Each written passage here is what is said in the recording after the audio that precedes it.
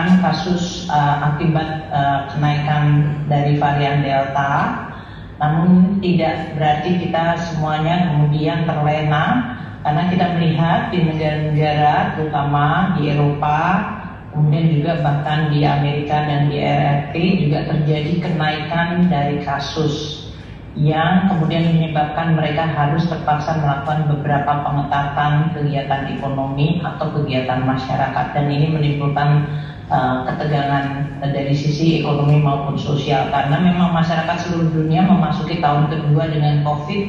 Itu daya tahan dari sisi ekonomi, keuangan, psikologis menjadi sangat-sangat berat. Namun COVID ini masih merupakan tantangan yang tidak boleh kita lengah dan lelah untuk terus disiplin menanganinya. Nah, untuk Indonesia, mungkin untuk perhatian juga Bapak dan Ibu sekalian, menjelang Nataru ini Bapak Presiden telah berpesan kita semua tetap sangat waspada. Maka kalau untuk beberapa daerah meskipun ada kenaikan sangat kecil harus segera ditangani. Terjadi kenaikan terutama pada menjelang Nataru atau sesudah pasca. Kenaikan hanya sedikit di Sumatera dan Kalimantan. Untuk yang sebelah kiri bawah itu ada merah 2 di sebelah minggu ketiga November, itu yang menggambarkan jumlah kasus tambahan secara mingguan hanya Sumatera Kalimantan, yang lain mengalami penurunan dibandingkan minggu-minggu sebelumnya. Untuk tambahan kematian juga hanya terjadi di Kalimantan, yaitu sebelah kanan. Nah, Ibu Bapak sekalian, kalau kita lihat vaksinasi menjadi salah satu jawaban, dan ini berarti kita perlu untuk terus menambahkan atau mengakselerasi, karena bagaimanapun juga daya tahan ekonomi akan sangat tergantung dari daya tahan kesehatan. Kalau kita bisa mengakselerasi terus vaksinasi kita, saat ini kalau kita bisa mencapai 2 juta per hari, itu baru bisa mencapai 70% seluruh Indonesia pada sekitar bulan kedua tahun depan. Jadi ini masih membutuhkan kerja sangat keras, karena saya khawatir karena jumlah kasusnya menurun, kemudian akselerasi dari vaksinasi tidak lagi menjadi perhatian. Di bawah 2 juta baru kita akan mencapai 70% apa yang disebut jumlah yang divaksinasi 2 kali baru pada bulan Maret. Artinya pada saat kita menghadapi Nataru nanti, kita akan kemungkinan masih akan menghadapi kenaikan kasus kalau kita tidak disiplin, karena memang beberapa bagian vaksinasinya masih rendah. Kita lihat untuk seluruh provinsi di Indonesia jumlah vaksinasinya bervariasi. Di Jakarta barangkali yang terendah, di mana jumlah dosis pertamanya sudah mencapai di atas 100%, diikuti Bali dan Jogja halaman 13. Dan kemudian untuk vaksinasi dosis kedua, tolong halaman 13, kita lihat terjadi untuk beberapa provinsi memang mengalami kenaikan.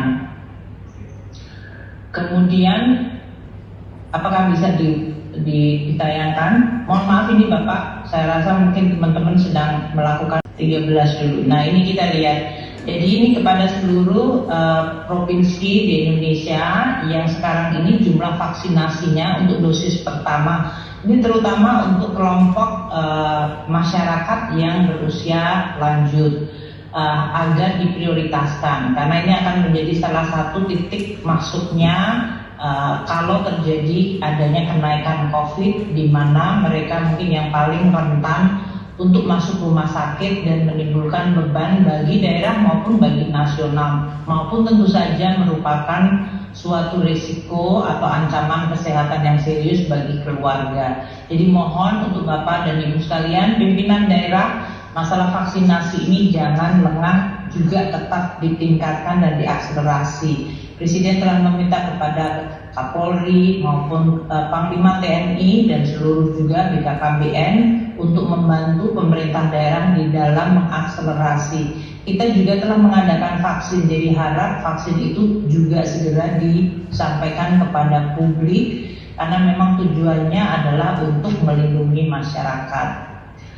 target pertumbuhan ekonomi tersebut adalah kontribusi kepada daerah, karena kita tahu bahwa lebih dari 700 triliun anggaran dari pemerintah pusat itu ditransfer ke daerah, dan daerah juga memiliki ruang fiskal dari pendapatan asli daerah maupun dari sumber lainnya yang sesuai dengan undang-undang seperti badan usaha milik daerah. Sehingga realisasi belanja menjadi sesuatu yang sangat penting untuk memberikan kontribusi untuk mencapai angka pertumbuhan ekonomi nasional. Pertumbuhan ekonomi nasional kita agregat dari, sekali lagi, apa yang dikerjakan oleh pemerintah pusat dan 548 pemerintah di daerah. Kemudian dalam konteks itu maka realisasi belanja ini sangat penting, karena belanja pemerintah daerah di samping itu juga belanja pemerintah di tulang punggung untuk menstimulasi, mendorong swasta untuk bergerak di tengah situasi yang kemarin terkontraksi dan mungkin masih terus terkontraksi akibat pandemi COVID-19. Kemudian saya langsung saja menyampaikan bahwa di Kemendagri prinsipnya kita memiliki membagi daerah dari kapasitas fiskalnya itu ada yang kuat yang ditandai dengan PAD lebih tinggi daripada transfer pusat seperti DKI, kemudian Jawa Timur, Jawa Barat. Kemudian juga ada yang sedangnya artinya transfer pusat dengan PAD-nya itu hampir seimbang seperti di Sumatera Utara. Saya Selasa lalu ke Sumatera Utara, rakor dengan gubernur dan seluruh bupati wali kota. Sekitar 55% itulah transfer pusat dan 45% adalah PAD. Kemudian ada juga daerah yang fiskalnya lemah yang ditandai dengan transfer pusatnya sangat mendominasi seperti di Papua Barat, sementara PAD-nya rendah. Nah, ini pembagian penting. Tolong halaman 11. Kalau kita melihat realisasi pendapatan, baik ini gabungan dari pusat transfer maupun dari PAD, terjadi penurunan persentasenya. Kita melihat di tahun 2020 yang warna biru di atas 85,65% per 30 November 2020. Kemudian data kita 19 November 2021, pendapatan gabungan provinsi kabupaten kota 76,19%.